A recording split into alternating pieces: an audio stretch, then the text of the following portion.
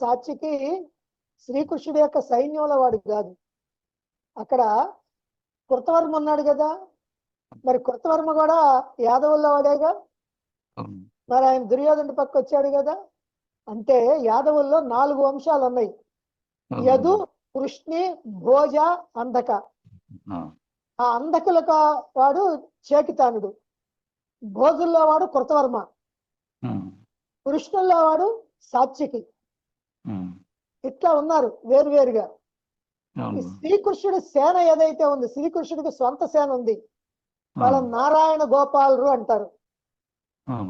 ఆ నారాయణ గోపాలురు మాత్రం ఒకవైపు, నేను ఒక్కడిని ఒకవైపు, నీకు ఎవరు కావాలో కోరుకోండి అని అన్నాడు. వీళ్ళిద్దరూ అర్జునుడు దుర్యోధనుడు పోయినప్పుడు. అందుకని అది ఆయన సైన్యం. ఈ సాత్వికేమో ఎప్పటి నుంచో పాండవుల వైపు, కౌరవులంటే కోపం వాడికి, పాండవుల వైపునే నేను ఉంటాను అని పాండవులకు అనుకూలంగా ఉండేవాడు. కృతవర్మ కూడా పాండవులకి వ్యతిరేకం కాదు. కానీ ఎప్పుడైతే సాత్వికి ఇటువైపు వస్తున్నాడో దుర్యోధనుడు ఆయన దగ్గరికి పోయి నా వైపుకు రావాలని ముందుగానే అడిగాడు. అడిగితే సరేనని ఆయన వెళ్తాడు. అతడు ఒక అక్షయుడితో అటు వెళ్తాడు, ఒక అక్షయుడితో ఈయనిటి వస్తాడు. కానీ శ్రీకృష్ణుడి సేన మాత్రం దుర్యోధనుడి వైపే. అది సాత్వికి శ్రీకృష్ణుడి యొక్క సేన కాదు,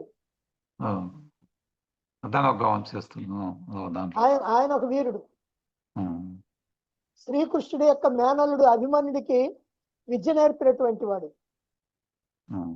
అది